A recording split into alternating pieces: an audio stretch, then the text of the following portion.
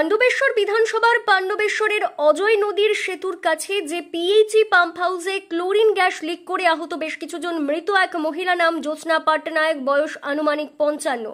পাণ্ডবেশ্বরের PHE pump হাউসের পেছনে বাড়ি। ঘটনার জেরে আতঙ্ক এবং চাঞ্চল্য গোটা পাণ্ডবেশ্বর এলাকা জুড়ে। ঘটনাস্থলে পাণ্ডবেশ্বর থানা পুলিশ ও একটি দমকলের ইঞ্জিন ও পিএইচই দপ্তরের আধিকারিকরা।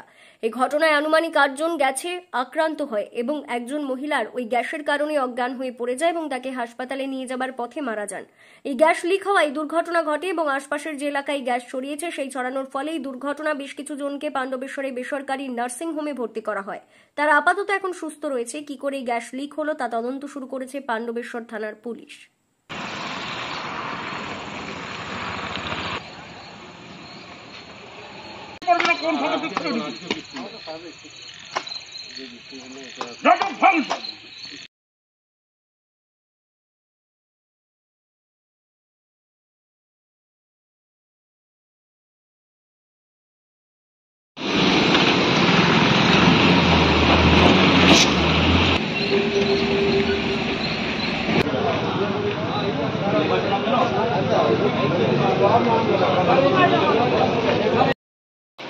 আপনি গোটা পাণ্ডব সময় এখানে কেউ নেই, আপনি কি আপনি এইভাবে মানে আমার বন্ধুর মা মারা গিয়েছে, আমাকে এসছি তো আমি এসে পরে কি হতো এইভাবে মানে আপনি এইভাবে চলুন আপনাকে দেখেছি ওখানে ভিডিও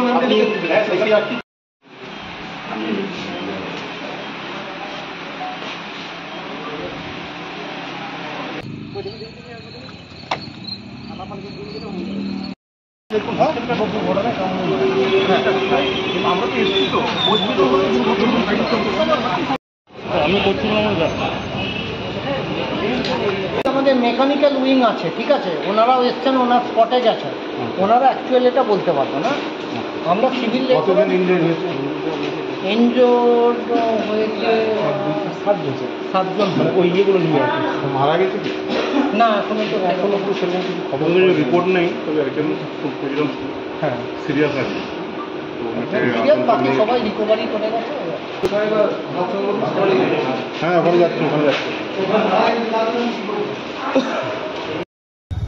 না, আমি তো ভেতরে ছিলাম না, কীভাবে কী ঘটনা ঘটেছে আমি জানি না। আমি খবর পেলাম ওখানে ভেতরে গ্যাস লিক করেছে, আমি জাস্ট খবরটা নিতে গেছিলাম। আমি ওই